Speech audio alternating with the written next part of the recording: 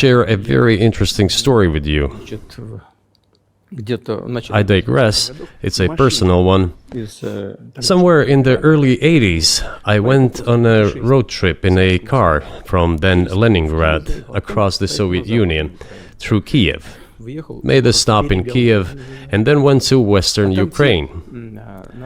I went to the town of Beregovoye, and all the names of towns and villages there were in Russian and in a language I did not understand, in Hungarian, in Russian and in Hungarian, not in Ukrainian, in Russian and in Hungarian.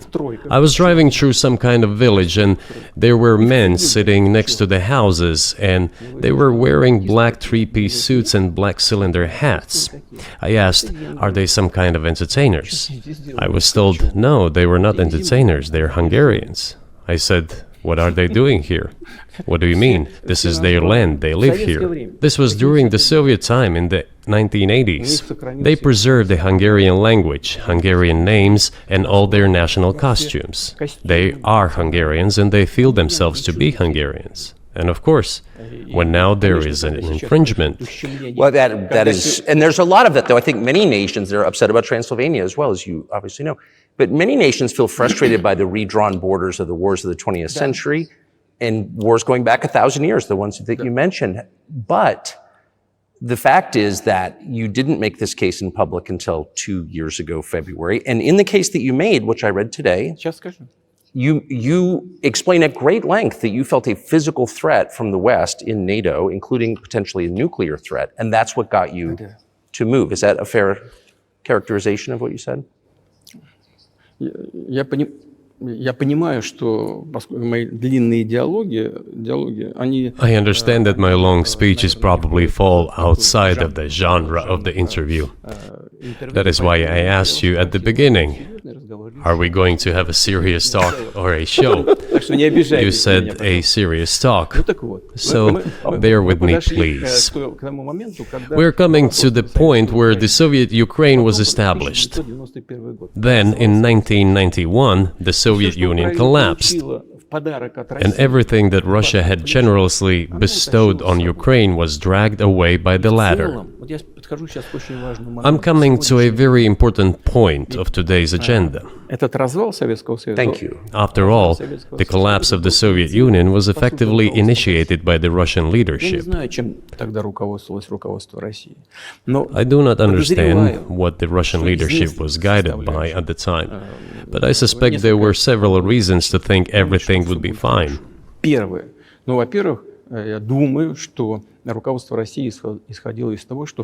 First, I think that then Russian leadership believed that the fundamentals of the relationship between Russia and Ukraine were, in fact, a common language. More than 90% of the population there spoke Russian. Family ties. Every third person there had some kind of family or friendship ties. Common culture, common history. Finally, common faith, coexistence with a single state for centuries, and deeply interconnected economies. All of these were so fundamental. All these elements together make our good relationships inevitable. The second point is a very important one. I want you, as an American citizen, and your viewers to hear about this as well.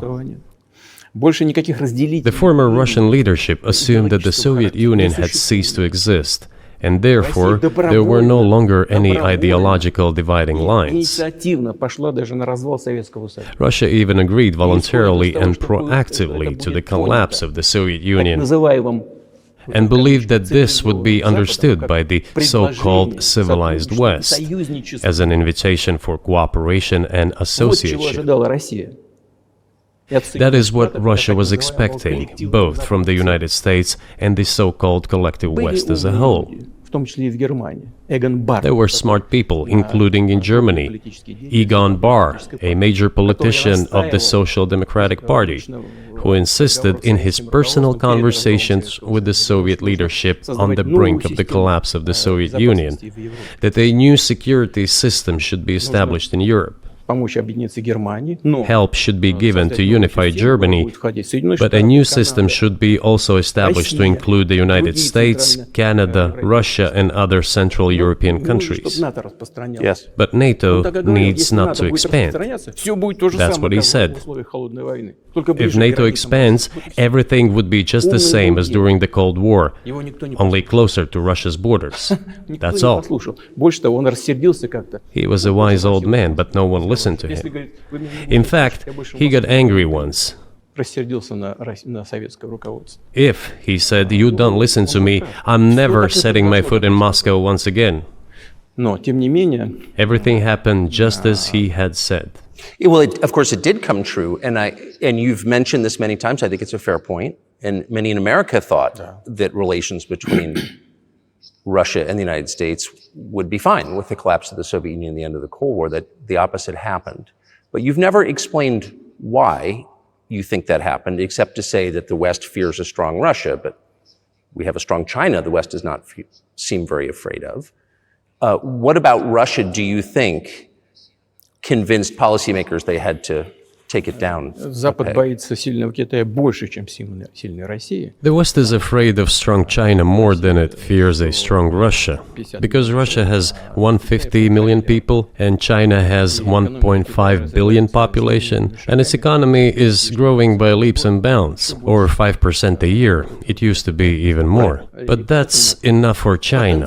As Bismarck once put it, potentials are the most important. China's potential is enormous. It is the biggest economy in the world today in terms of purchasing power parity and the size of the economy. It has already overtaken the United States quite a long time ago, and it is growing at a rapid clip.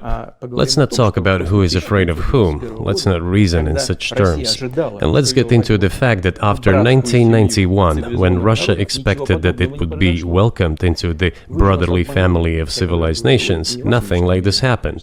You tricked us. I don't mean you personally when I say you. Of course, I'm talking about the United States. The promise was that NATO would not expand eastward, but it happened 5 times. There were 5 waves of expansion. We tolerated all that. We were trying to persuade them. We were saying, please don't. We are as bourgeois now as you are. We are market economy and there is no communist party power. Let's negotiate. Moreover, I have also said this publicly before. There was a moment when a certain rift started growing between us. Before that, Yeltsin came to the United States. Remember, he spoke in Congress and said the good words. God bless America. Everything he said were signals. Let us in. Remember the developments in Yugoslavia before the Yeltsin was lavished with praise? As soon as the developments in Yugoslavia started, he raised his voice in support of Serbs, and we couldn't but raise our voices for Serbs in their defense. I understand that there were complex processes underway there, I do, but Russia could not help raising its voice in support of Serbs, because Serbs are also a special and close to us nation, with Orthodox culture and so on. It's a nation that has suffered so much for generations. Well, regardless, what is important is that Yeltsin expressed his support. What did the United States do? In violation of international law and the UN Charter, it started bombing Belgrade. It was the United States that let the genie out of the bottle. Moreover, when Russia... Vom publica interviul lui Tucker Carlson cu Vladimir Putin în mai multe segmente, pe măsură ce echipa noastră finalizează traducerile. Abonează-te la Jurnalinfo și rămâi conectat pentru actualizări continue.